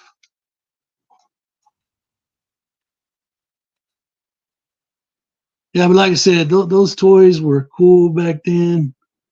And I don't know, they were like these huge things. Let's see, what one I wanted to show in particular. Okay, this one. All right, guys, I'm back. Truck, get here. That was hilarious. Okay. All right, so I'm going to jump ahead to 15, but since Roger's here. Yo, Roger, what up? Let me get this sucker right there. Roger, is that an official star stamp? Let us know. I mean, it looks legit to me, but you never know. And is everybody familiar with what these star stamps indicate? Nope. All right, these were sold on military bases. Oh, cool. I don't know if they were overseas, but I don't know if they were sold here. Yeah, he says yes. Okay, so in both places, yeah. Because like I said, my dad was a former Marine, so we would go to the commissary and get our groceries there because they were super cheap. You would get potato chips, and it would literally say "potato chips." Yeah. It was black and white. No, did it have the MJ insert in it? An MJ insert. Let's see. Maybe this is one of the ones that. Oh yeah. Now I'm a cool kid. Yeah. Nice. Mark the Jeweler. Yeah. Very cool. Roger. Let's see. I thought I saw another one here, but if anybody's interested, I've got 3 number 15s. Okay. Yeah. You found 3 of them, huh? Well, here's another one. Oh, I might be a double cool kid. There's another star stamp. Yeah, that was Red Sonja that interrupted the podcast. Jim. It's going to be right there. Yeah, they would stamp them, and let's see if I have the insert. Cool. Wow, not on this one, man. I mean, probably nobody knows, but what was the point of stamping them? I mean, I understand they were on the military bases, but that is a good question. Man. Maybe they were designated for the bases. Probably maybe they needed a stamp for certain Customs or something. I have no clue. They got a deal and they wanted to. I don't know. But that's a black mark. Now I know there's different colors of these things, but I'm not cool enough to know the whole the inside of that. So I got another one of those. And Yeah, you gotta love it when you find 2 comics in the bag. That happens to me too. Here we go. Let's do some Charlton Ghostly Tales. Yeah, dude. Right. Yeah, I remember reading that one. A lot of water stories. Oh, this is probably one of my favorite Ghostly Tales covers. Those orbs. Yeah, so when you say horror, this is what horror is to me, not the nothing against the blood and gut stuff, but yeah, same though, same. People are loving these covers, man. They're loving these. And you all got me into Charlton. I never really got into, but now I see it, I grab it. Let's do another random. Rog and Higgy and good old Easy. Wow. How'd that get in there? There's a Manhunter 2070. This is showcase number 92. Nice. I've never seen that. Huh? Yeah, there's some of those series that I want to get. Here we go. Atlas Comics. Speaking of Atlas, Tarantula number 3. Pull that one out of the bag. Legion of Comics. Hello. Thanks for being here. Legion. What's up, Mark? Night of the Living Gargoyle. Wow. This might have been the last issue of that run. I don't know, man. Well, Roger has all the Atlas comics, I believe. Oh, yeah. Speaking to the Pat Boy yet? He's doing the weird on this one. Cool. Pretty boy, Pat Boy yet. All right, let's see what we got here. We got DC's The House of Secrets 133. Nice. You got the mounts over here, and then this sneaking up on them. Yeah. And look, woo! Very cool. Only says it only ran 3 issues. That Atlas. Okay, so that was the last one. Yeah. That elusive 3rd issue, hard to get. Here we go. We got House of Secrets number 118. Cool. What are they looking at? Well, this guy's coming down here, right? Right. Nice. Like, what's happening behind that? Right? Hey, you're missing the whole show behind you. There you go. Sir. The very last picture show. Cool. All right, let's do another one. Oh, this one. Let's see. I'm gonna start doing what Rob does. He doesn't put tape, and I believe in that now. They just tuck it back down. Forget the It's tape. everywhere. I do tape still. I still do it. Yeah. But I still believe in Tape Man. Here we go. House of Secrets number 134. Looking good. I like that color combo. Nice. All right. Then we got House of Secrets 137. Check this out. Some popcorn popping. Got that popcorn popping, baby. House of Secrets. There you go, man. Wow. Matador. See what's happening on this one. Dude, those always fascinated me as a kid. How in the heck they get that in there? How do they do that? The glass blowing around something like that. You never comes flat, put it in there and you pull it. Oh yeah, they pull the string. Let's see. Ernie Chan.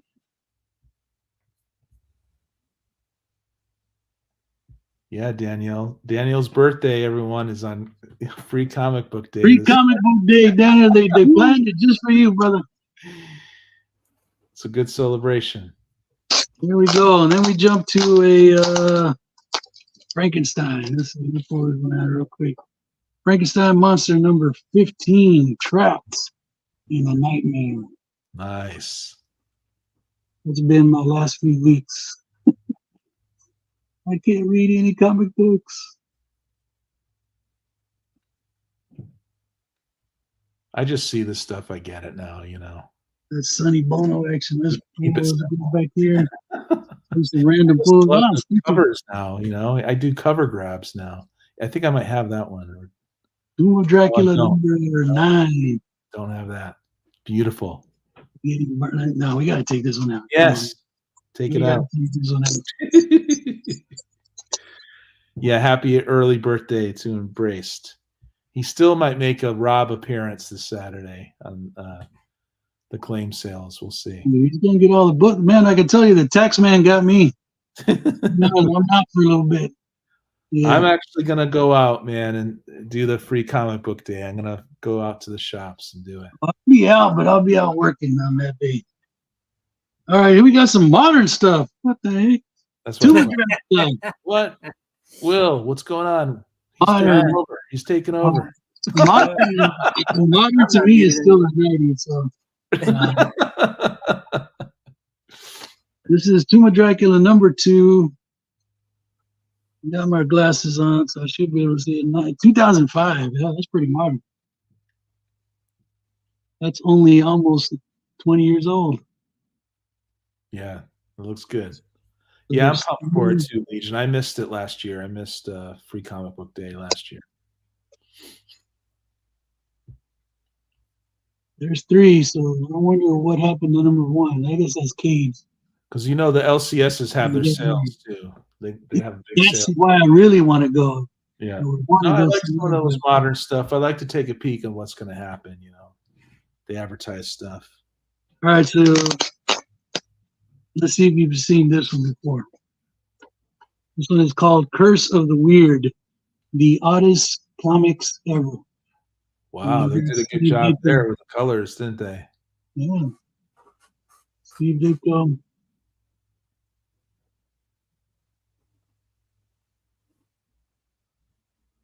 At least, so these are reprints, but I don't think they're your traditional monster horror. They're just, like it says, weird stories from the past. So you get some cool reprints in So here. what publisher was that? That's Marvel. Oh, nice, dude. Let me get that on there right. Hello. Marvel Comics. So there was 4 issues. They just had 4 issues to it. I've only got the first 2, I believe. Cool. So that was number 1. There's number 2. Nice. The Unsolid Man. The Unsold Man. Am The I dead or unsolid. what? Am I dead or what? I can't touch anything.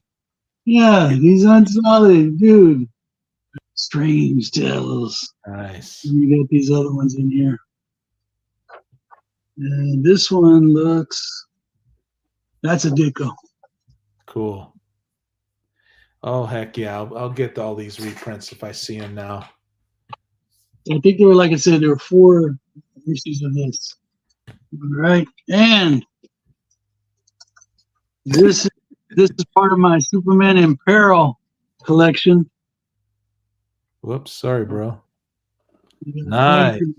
Right. Yeah, you had this. Now we got to explain this here. You had your Superman collection, but it was Superman in Peril. Yeah. That's how you started off collecting Superman. Yeah. So, I mean, I always knew, but it just seemed like I'll never ever finish the Superman. There's just so many. So I said, but that's how I feel about it too. Yeah. And then I started reading them. I was like, "Whoa, hey, come on now, that's pretty good." It's really awesome. Yeah. So yeah, so this turned into Raj says that looks like a homage to the 50s Atlas horror I title. believe, Roger, that's what these are reprints of. Let's see. Hashtag Superman in Peril, Superman neck. Nice one, Daniel. I went back to that weird one. That weird.